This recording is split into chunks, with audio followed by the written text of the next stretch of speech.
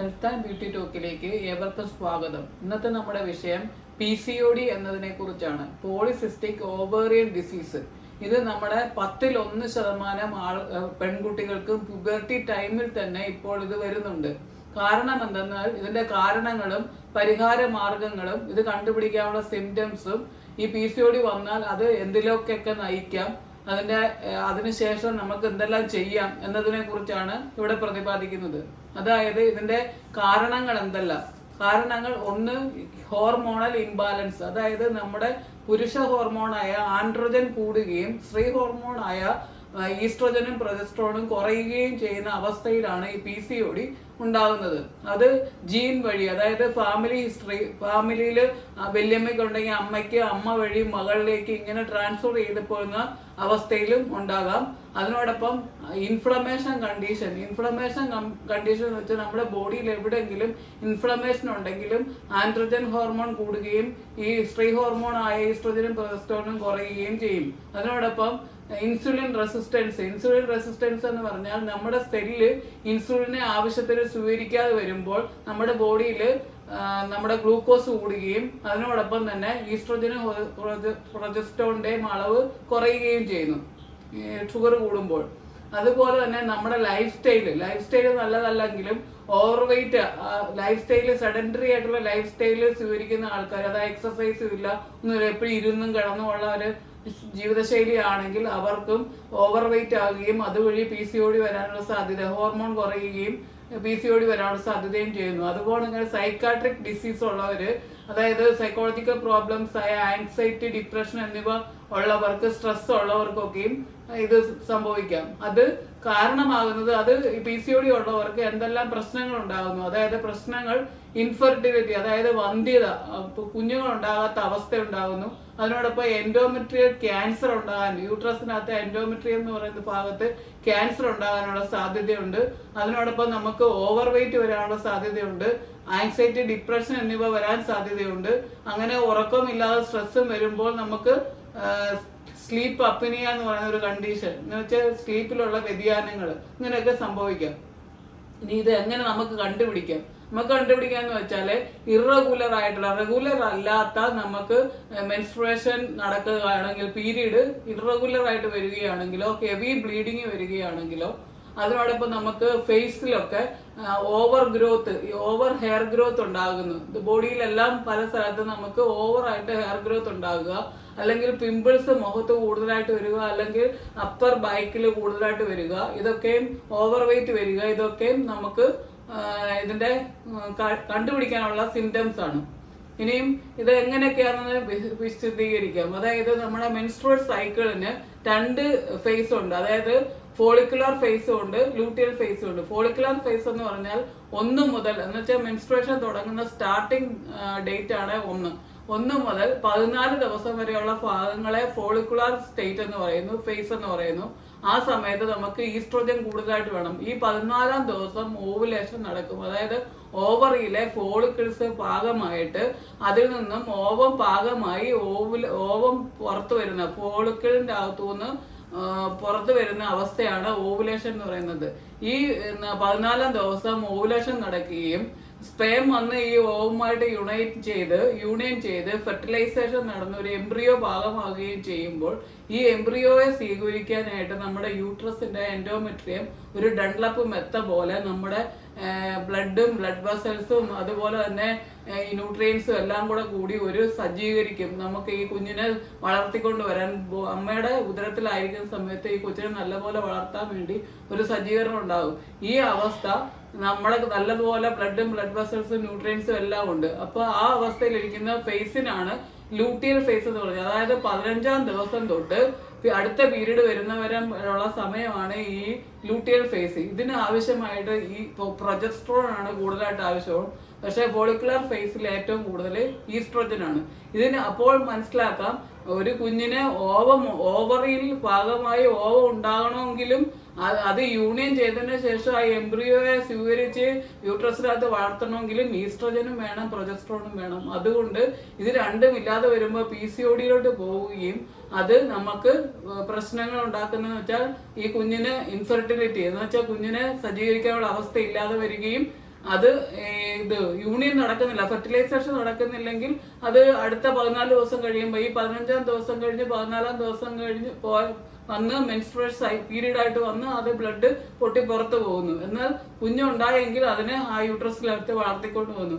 ഈ ഈസ്ട്രോജനും പ്രൊജസ്ട്രോണും ഇല്ലെങ്കിൽ കൊച്ചിനെ നല്ലതുപോലെ വളർത്തിക്കൊണ്ട് വരാനായിട്ട് ഒക്കത്തുമില്ല, ഫെർട്ടിലൈസേഷൻ നടക്കത്തുമില്ല. അതുവഴി ഇൻഫെർട്ടിലിറ്റിയിലോട്ട് വരും, വന്ധ്യതയിലോട്ട് വരും. അതുപോലെ തന്നെ പ്രശ്നങ്ങൾ കൂടുമ്പോൾ എൻഡോമെട്രിയൽ ക്യാൻസറിലോട്ട് വരും. അപ്പോൾ ഇതിനൊക്കെ പരിഹാരമായിട്ട് നമ്മൾ തുടക്കത്തിൽ തന്നെ നമ്മൾ അത് ശ്രദ്ധ കേന്ദ്രീകരിച്ച് നമ്മൾക്ക് അതിന് ട്രീറ്റ്മെന്റ് എടുക്കുകയാണെങ്കിൽ സ്വന്തമായിട്ട് ട്രീറ്റ്മെന്റ് എടുക്കാം. ആദ്യം നമ്മൾ കൺട്രോൾ ചെയ്ത് നോക്കണം.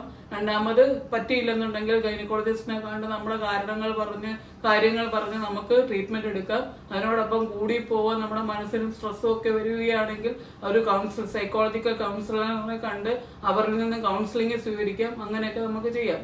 അപ്പോൾ എന്തൊക്കെ നമുക്ക് ചെയ്യാം എന്ന് പറഞ്ഞാൽ, ഫസ്റ്റ് ഈസ്ട്രോജൻ ഉണ്ടാകുന്ന ഫേസിൽ ഈസ്ട്രോജൻ വേണം. ആദ്യത്തെ ഫോളിക്കുലർ ഫേസിലും ഈസ്ട്രോജൻ വേണം. ഈസ്ട്രോജൻ ഉണ്ടാകാൻ എന്തെല്ലാം ചെയ്യാം? സോയ ചങ്ക്സ് ഒക്കെ ഈസ്ട്രോജൻ കൂടുതലായിട്ട് നമുക്ക് പ്രദാനം ചെയ്യുന്നതാണ്. അതിനോടൊപ്പം ഫ്ലാക്സ് സീഡിന്റെ അകത്ത് ലിഗ്നിൻ എന്ന് പറയുന്ന കണ്ടന്റ് കൂടുതലായിട്ടുണ്ട്. ഈ ഫ്ലാക്സ് സീഡ് പൊടിച്ചിട്ട് സലാഡിലും മറ്റ് ഫുഡിലും ഒക്കെ ചേർക്കുകയാണെങ്കിലും ഈ സോയ ചങ്ക്സ് ഫുഡിൽ കൂടുതൽ ചേർക്കുകയാണെങ്കിൽ നമുക്ക് ഈസ്ട്രോജനെ കൂടുതലായിട്ട് കിട്ടും. അതിനോടൊപ്പം നമുക്ക് ചേർക്കാവുന്ന പംകിൻ സീഡ്, അതിനകത്ത് സിങ്ക് കൂടുതലായിട്ടുണ്ട്. അതും ഓവുലേഷന് കൂടുതൽ സഹായിക്കും. രണ്ടാമതായിട്ടുള്ളതാണ് പ്രൊജസ്ട്രോൺ. ലൂട്ടിയൽ ഫേസിൽ പ്രൊജസ്ട്രോൺ കൂടുതൽ ലഭിക്കുന്നതിന് വേണ്ടി നമുക്ക് സിസൈം സീഡും സൺഫ്ലവർ സീഡും അതായത് പൊടിച്ചതിന് ശേഷം നമുക്ക് ഫുഡിൽ ഉൾപ്പെടുത്തി ഉപയോഗിക്കാം.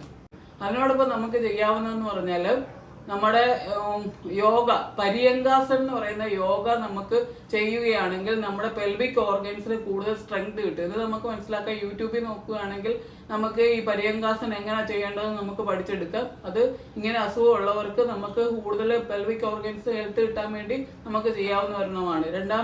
മൂന്നാമതായിട്ട് ചെയ്യാവുന്ന വെച്ചാൽ 1 hour മുമ്പെങ്കിലും നമ്മൾ കിടക്കുന്നതിന് മുമ്പെങ്കിലും നമ്മൾ ഈ മൊബൈൽ ഫോണ്, ലാപ്ടോപ്പ്, കമ്പ്യൂട്ടർ മുതലായവ കാണുന്നത് നിർത്തുക. എന്ന് വെച്ചാൽ അതിനകത്തെ ബ്ലൂ ലൈറ്റ് നമ്മുടെ റെറ്റിന വഴി തലച്ചോറിലെ പീനൽ ഗ്രന്ഥിയിൽ പതിക്കുകയും മെലറ്റോണിൻ ഉൽപാദനം തടസ്സപ്പെടുത്തുകയും അതുവഴി സ്ലീപ്പ് തടസ്സപ്പെടുത്തുകയും ചെയ്യുന്നു. സ്ലീപ്പ് ഇന്ററപ്ഷൻ നടക്കുമ്പോൾ നമ്മൾക്ക് ആവശ്യമായ ഹോർമോൺ ഉറക്കത്തിന് സമയത്ത് നമ്മുടെ ബോഡിയിൽ ധാരാളമായി ഉൽപ്പാദിപ്പിക്കപ്പെടും. ആ സമയത്ത് ഉണ്ടാകാൻ സാധ്യതയുള്ളതാണ് ഈസ്ട്രോജനും പ്രൊജസ്ട്രോണും. അപ്പൊ സ്ലീപ്പ് നല്ലതുപോലെ നടന്നില്ലെങ്കിൽ നമുക്ക് ഈ പ്രൊഡക്ഷൻ നടക്കത്തില്ല. അപ്പം ഇത് നിർത്തലാക്കണം, ഈ കാണുന്നത് നിർത്തലാക്കണം. എന്നാൽ മ്യൂസിക് കേൾക്കുന്നതും നല്ല ടോക്കുകളൊക്കെ കേൾക്കുന്നതിന് കുഴപ്പമൊന്നുമില്ല. ബുക്സ് ഒക്കെ റീഡ് ചെയ്യുന്നതിന്, നല്ല പുസ്തകങ്ങളൊക്കെ റീഡ് ചെയ്യുന്നതിന് കുഴപ്പമില്ല. നല്ല മ്യൂസിക് കേൾക്കുന്നതിന് കുഴപ്പമൊന്നുമില്ല. അതൊക്കെ നല്ല കാര്യങ്ങളാണ്. നമുക്ക് നല്ല ഹോർമോണിന്റെ ഉൽപാദനത്തിന് ഇത് സഹായിക്കും.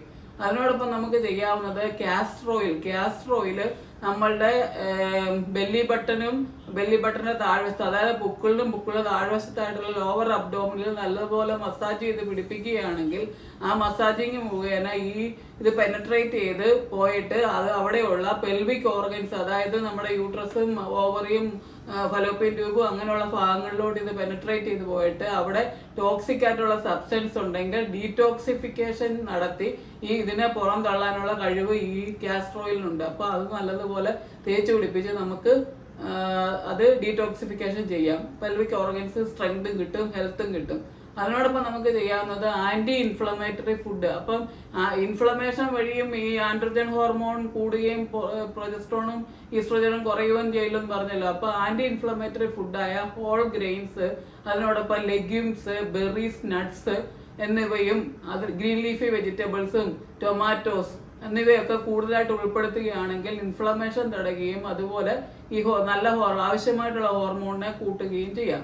അതിനോടൊപ്പം നമുക്ക് ചെയ്യാവുന്നത് ഇത് സാധനങ്ങളെല്ലാം ലോ ഗ്ലൈസീമിക് ഇൻഡെക്സ് ഉള്ളതാണ്. ലോ ഗ്ലൈസീമിക് ഇൻഡെക്സ് എന്ന് വെച്ചാൽ നമ്മുടെ ബ്ലഡ് ഷുഗറിനെ സ്റ്റെബിലൈസ് ചെയ്യാനും ഈ ഇൻസുലിൻ റെസിസ്റ്റൻസ് കുറയ്ക്കാനും ഇത് സഹായിക്കും. അതിനോടൊപ്പം നമുക്ക് നമ്മുടെ ലൈഫ് സ്റ്റൈല് സെഡൻഡറി ആയിട്ടുള്ള ലൈഫ് സ്റ്റൈൽ ആണെങ്കിൽ നമുക്ക് എക്സസൈസ് ചെയ്ത് നമ്മുടെ ബോഡിയിൽ എക്സസൈസ് ചെയ്യുകയും അതിനോടൊപ്പം തന്നെ നമ്മുടെ ബ്രീത്തിങ് എക്സസൈസ് ചെയ്യുകയും ഒക്കെ ചെയ്ത് നമ്മുടെ ബോഡിയിൽ ബ്ലഡ് സർക്കുലേഷൻ കൂട്ടുകയും അതിനോടൊപ്പം നമ്മുടെ ബോഡിയിലെ പെൽവിക് ഓർഗൻസിലോട്ടുള്ള ബ്ലഡ് സർക്കുലേഷൻ കൂടുകയും ചെയ്ത് ഇതിന് നല്ല സ്ട്രെങ്ത് കിട്ടും. അതിനോടൊപ്പം നമുക്ക് വാട്ടർ കൂടുതൽ വെള്ളം കുടിക്കാം. വെള്ളം കുടിക്കുമ്പോൾ നമ്മുടെ ബോഡിയിൽ നല്ല വെള്ളത്തിന് അംശം വരുമ്പോഴും ഈ ഹോർമോണിന്റെ പ്രവർത്തനം കൂടുകയും അതിനോടൊപ്പം നമുക്ക് ഈ സ്ത്രീ ഹോർമോണിന്റെ അളവ് കൂടുകയും ചെയ്യും.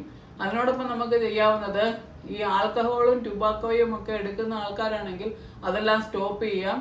അതിനോടൊപ്പം നമുക്ക് ചെയ്യുന്നത് സൈക്കാട്രിക് പ്രോബ്ലംസ് ഒക്കെ വരാതിരിക്കുന്നതിന് വേണ്ടി നമുക്ക് ഹോബീസിൽ റിക്രിയേഷണൽ തെറാപ്പി, അതായത് നമുക്ക് ഇഷ്ടമുള്ള ഹോബീസിലൊക്കെ ഏർപ്പെടുകയും വാക്കിങ്ങും അങ്ങനെയുള്ള പാട്ടൊക്കെ കേൾക്കുന്ന ഇഷ്ടമാണെങ്കിൽ അതൊക്കെ കേൾക്കുന്നതിനും, അങ്ങനത്തെ നമുക്ക് ഗാർഡനിങ്ങും അങ്ങനെ പടം വരയ്ക്കുന്ന ഇഷ്ടമാണെങ്കിൽ പടം വരയ്ക്കാം, അങ്ങനെയൊക്കെ ഒത്തിരി നമുക്ക് സന്തോഷം കിട്ടുന്ന കാര്യങ്ങളൊക്കെ ചെയ്യുവാണെങ്കിൽ നമ്മുടെ ഈ ഹോർമോൺസ് കൂടുകയും നമുക്ക് അതോടൊപ്പം നമുക്ക് ഈ അസുഖങ്ങളിൽ നിന്നൊക്കെ ഈ PCOD നിന്ന് നമുക്ക് രക്ഷ നേടുകയും ചെയ്യാം.